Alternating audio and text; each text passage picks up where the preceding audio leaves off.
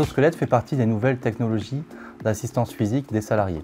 Il s'agit en réalité d'un appareil portatif ou d'une structure externe revêtue par les salariés pour compenser des tâches de travail qui peuvent être perçues comme pénibles ou très fatigantes pour les salariés.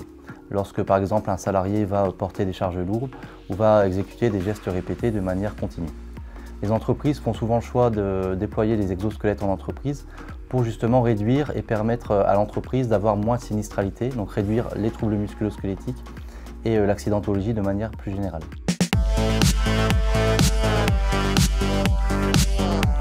Pas forcément, puisque on sait très bien que l'exosquelette fait plutôt notion d'adaptation de l'homme au travail. Or, en ergonomie, on doit justement adapter le travail à l'homme et non l'inverse. Il existe un certain nombre de limites au déploiement des exosquelettes en entreprise, telles que la charge mentale, puisque le salarié ne pourra pas forcément revêtir cet exosquelette pour toutes les tâches de travail, donc il va pouvoir le mettre, l'enlever, donc ça peut être aussi source de stress. Il peut également avoir d'autres limites, telles que le poids de l'exosquelette qui peut être plus ou moins important, et également déformer aussi la chaîne posturale du salarié lors de certaines tâches de travail, comme par exemple des élévations de bras assez récurrentes.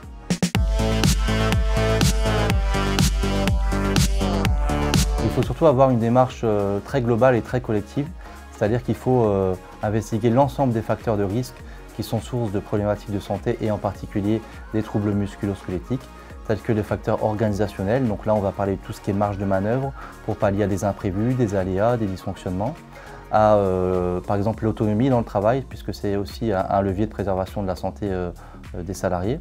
On va également parler des facteurs environnementaux, donc liés à l'environnement de travail, donc les postes de travail, l'implantation des postes, le fait de travailler par exemple au froid ou d'être soumis à des vibrations. On peut également évoquer la partie psychosociale qui est importante, c'est-à-dire les relations sociales, les rapports sociaux qu'on va avoir à la fois avec ses collègues mais aussi avec la hiérarchie, le sens dans le travail qu'on exécute au quotidien, et puis la partie aussi finalement facteurs biomécaniques. Donc là on va évoquer tout ce qui est en lien avec les efforts, les postures, les manutentions manuelles et les exigences physiques de manière un peu plus globale. On a également un dernier facteur qui est le facteur individuel, où là l'entreprise a moins la main, c'est-à-dire que tous les salariés n'ont pas le même âge, n'ont pas forcément les mêmes expériences professionnelles, les mêmes antécédents médicaux. Et c'est la raison pour laquelle l'entreprise doit justement investiguer l'ensemble de ces facteurs-là pour diminuer et réduire au maximum la survenue de troubles musculo-squelettiques.